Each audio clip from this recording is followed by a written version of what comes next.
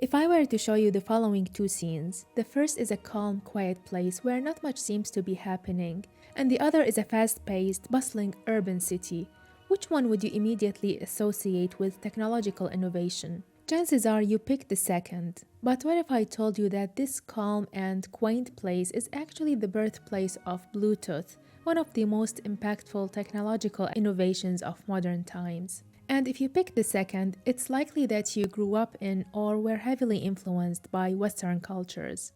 So, does your culture decide how you think? Let's find out in this video. Anthropologists were among the first to theorize that our thoughts are influenced, perhaps even constrained by culture. In the early days, some scholars believed in something called cultural determinism, the idea that human behavior and thought patterns are completely determined by the culture one is born into. Basically, that humans are almost programmed by their culture, with little room for individual thought or agency. But this extreme view was rejected because, among many things, it couldn't explain how individuals within the same culture could still think and act differently.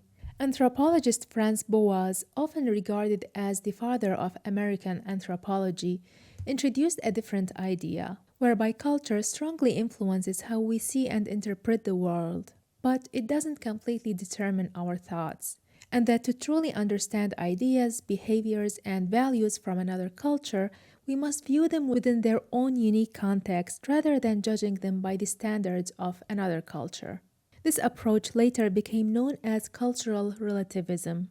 For example, in some cultures, arranged marriages are common, and judging such a practice based on Western ideas of individual freedom doesn't make sense, as it ignores the cultural values that give it meaning in its original setting. Boas famously said, "How can we recognize the shackles that tradition has laid upon us? For when we recognize them, we are also able to break them." He wanted people to understand that cultural assumptions are subtle, yet powerful, precisely because they are invisible, like an invisible lens through which you filter reality. But once you see the lens, you can choose whether to keep viewing life through it or to look beyond. But in order to see the lens, you have to first realize that you are looking through a lens in the first place. Boas argued that no one worldview is objectively better or worse, and that cultures cannot be ranked objectively higher or lower, but that all humans see and judge the world according to their acquired cultural norms. Many of Boas' students went on to propagate and expand on his ideas, becoming prominent figures themselves in modern anthropology.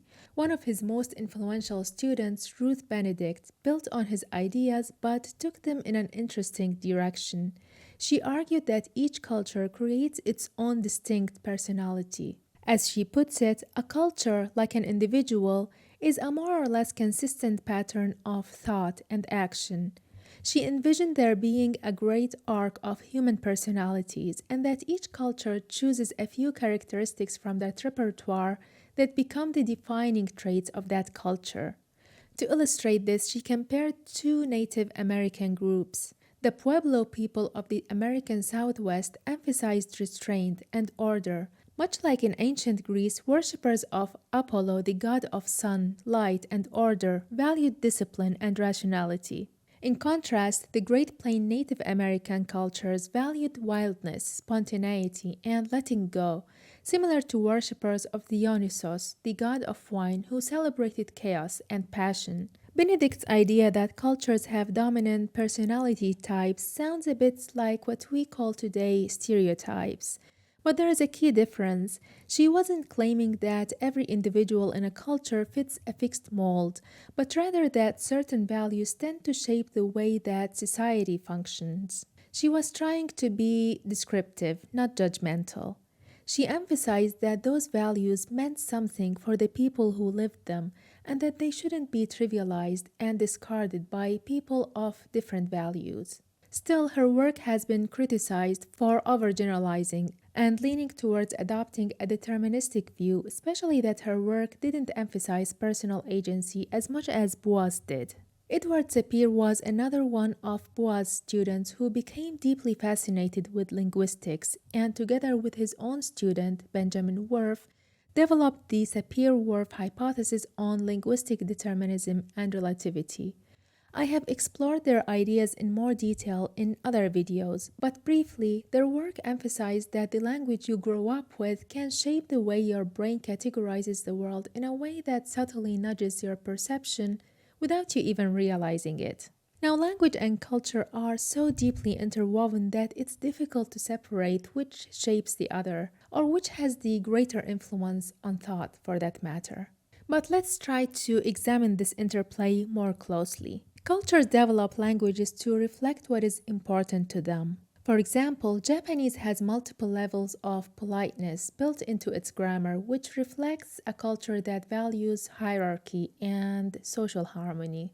Similarly, some indigenous Arctic languages have many words for snow because snow is a central part of their daily life. This suggests that if cultures did not prioritize certain concepts, their languages wouldn't emphasize them either, meaning that language adapts to fit cultural needs.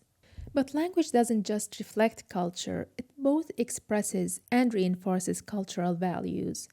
For example, Japanese has specific words for socially complex emotions that don't translate directly into English, like amai, which is the comforting feeling of being dependent on someone who will indulge you, like in a parent-child relationships. So a Japanese speaker might value and recognize and feel these emotions more distinctly simply because their language has words for them, whereas an English speaker might struggle to articulate the same emotions or even recognize that they exist in the first place and categorize them as a separate experience, like, is that even a thing?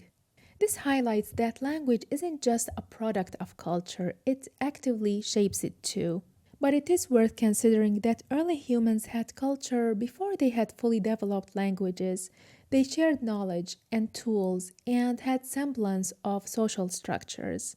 And then language evolved to serve cultural needs, allowing for more complex thought and social organization. Once language existed, it started reinforcing and even reshaping culture by influencing how people categorize and understand the world. And culture and language now evolve together, constantly influencing one another. So, in a way, it's a continuous feedback loop.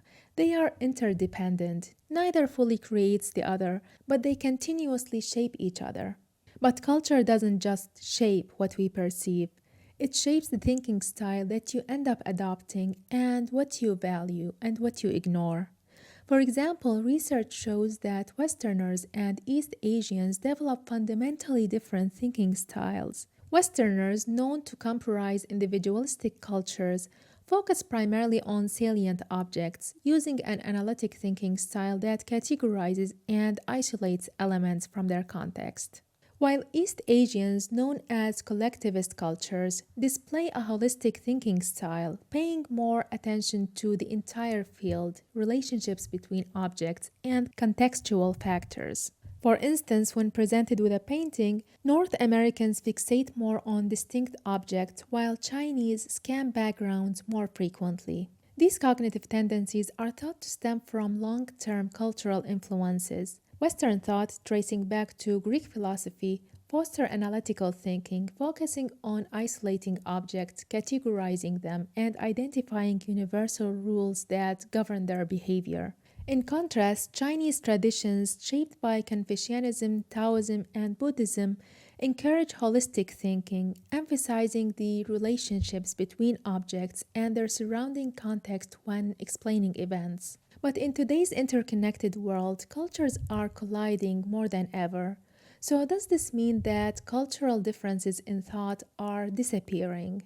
The rise of globalization, the internet, social media, and mass migration has made cultures more interconnected than ever before. Ideas and values and even languages are spreading at a remarkable rate. Some argue that globalization is homogenizing thought by spreading dominant cultural ideas worldwide. When people around the world are consuming the same media, news, memes. But despite globalization, research shows that deep seated cultural differences in thought remain surprisingly resilient. Studies suggest that even Western educated East Asians, for example Chinese Americans, still display holistic thinking, while Westerners display analytical thinking, suggesting that cultural cognition is deeply ingrained. So while globalization is shaping a shared cultural landscape, it hasn't erased the deeper ways that culture influences thought, at least not yet. While it is clear that culture does not entirely decide the way we think, it cannot be denied that culture does influence our perceptions in invisible ways, or as Boas put it, places invisible shackles on our minds. So much so that we instinctively gesture forward when talking about the future and backwards when mentioning the past, which sounds obvious, right? Except that it's not, because the Aymara people of South America actually see the past as in front of them and the future behind. Because the past is visible, we've seen it, while the future is unknown, so it must be behind us. If we were presented with that idea, we would find it absurd, almost illogical. How can the future possibly be behind you? Even though there is no law in nature that places future ahead, it's simply what we've been conditioned to think. So, how much of your thinking is truly your own, and how much is your culture's? And how much does that even matter?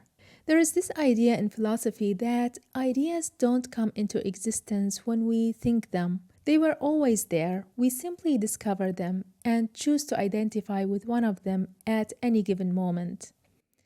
Now, since language and culture are hard to separate from each other, many people report unlocking new ways of thinking when learning a new language. If you are interested in exploring this topic further, you can check out the video that I made about this.